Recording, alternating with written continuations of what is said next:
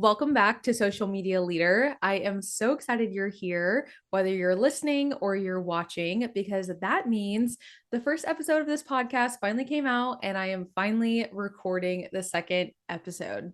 So, before we jump into the podcast, I want to give a brief introduction of who I am and what this podcast is going to be about since we are so new here. But my name is Samantha Harris.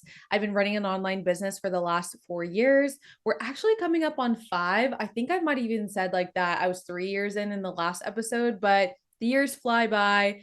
I've been here for almost 4.5 years, and we're going on 5 in the spring of next year. So we've been around the block.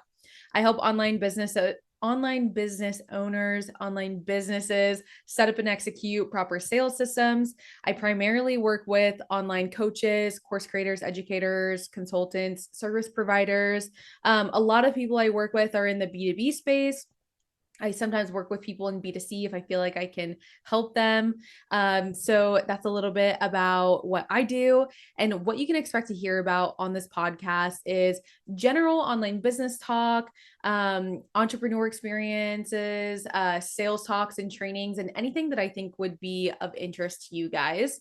And to start out with things of interest, I realized that I forgot to tell you all on the last episode why this podcast is named Social Media Leader. If you've been around me for, the entirety of my online business journey, or even just like a while, you know that I've named multiple products Social Media Leader, but for one reason or another, they are discontinued or I just lay them to rest. I really wanted to use the name again because I love it so much. I feel like social media embodies a lot of the work that I do. Leadership is really important to me. And I feel like it's going to be able to live on through the podcast and just encompass a lot of the things that I want to share and talk about here as well.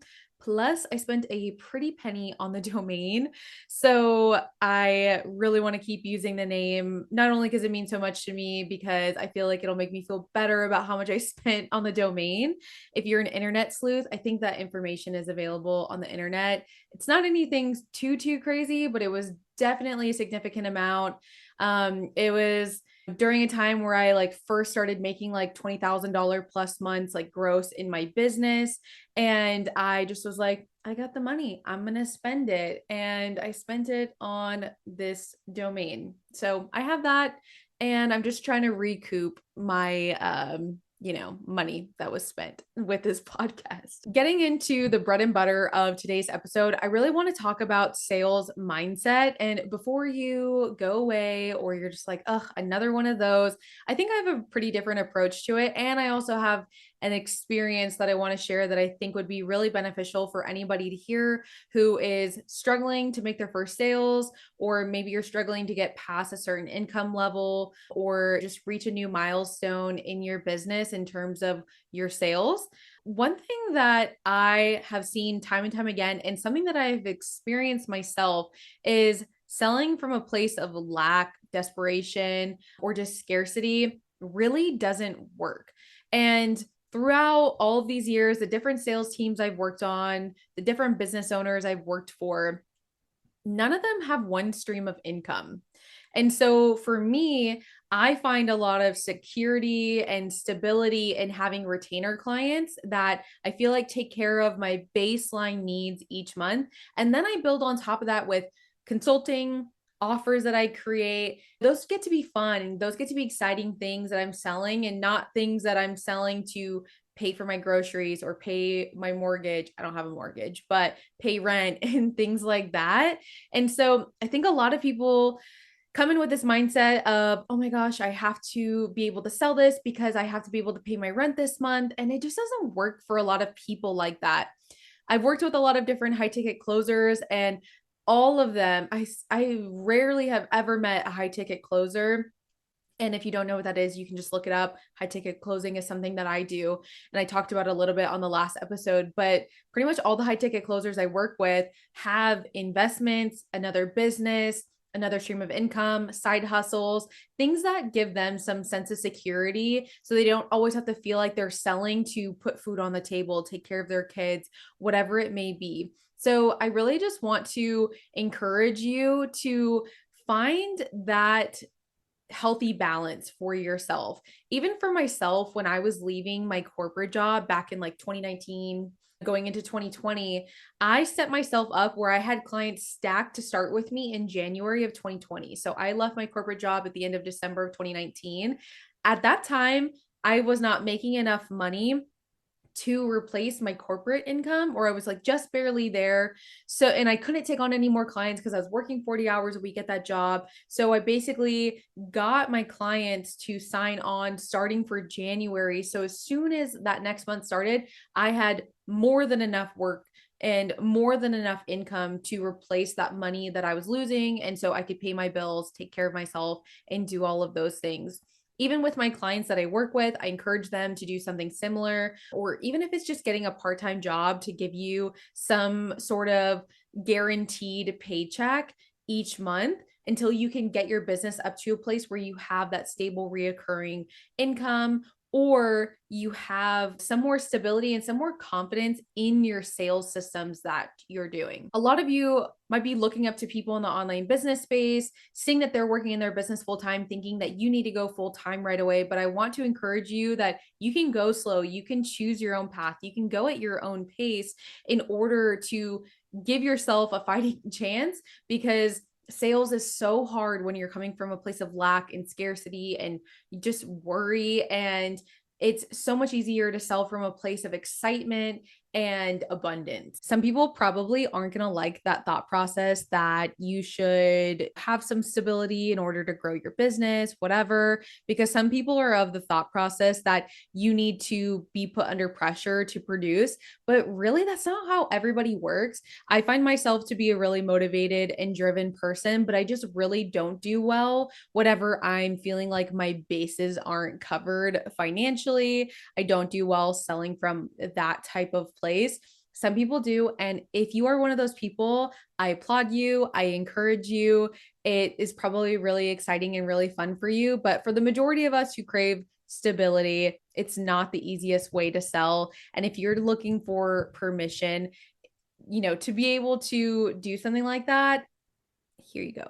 Here's your little permission slip. On the other hand, sometimes if you never take the leap, then you will never actually get to run your business full time. If that's a goal of yours, not everybody's goal is to run their business full time, but sometimes you do need to put yourself under pressure to take the leap. And so the pressure might not always be, putting yourself in a place of financial risk, but it might just be a timeline or telling yourself a certain date. That's what I did. I had not really any backups financially, but I told myself I was going to be leaving my corporate job by a certain date. And that helped me produce financially. And then my backup was just to be able to stay at that job. So I had that. I had the luxury of having options. Not everybody has that, but if you do, definitely put yourself in a place where you're going to feel your best selling, because if you can't sell for your business, especially in the beginning, it's just never going to work.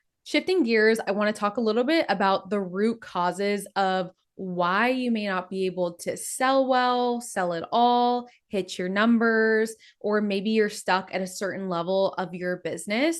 I think it's so important to diagnose where your sales issues are coming from. Majority of us probably think, I need a new strategy, I need to have a sale, I need to create a new offer, I need a new website, I need to show up more on Instagram, whatever it may be. But truly, 90% of the time, the issue is coming from you and some sort of either inaction or dishonesty with yourself.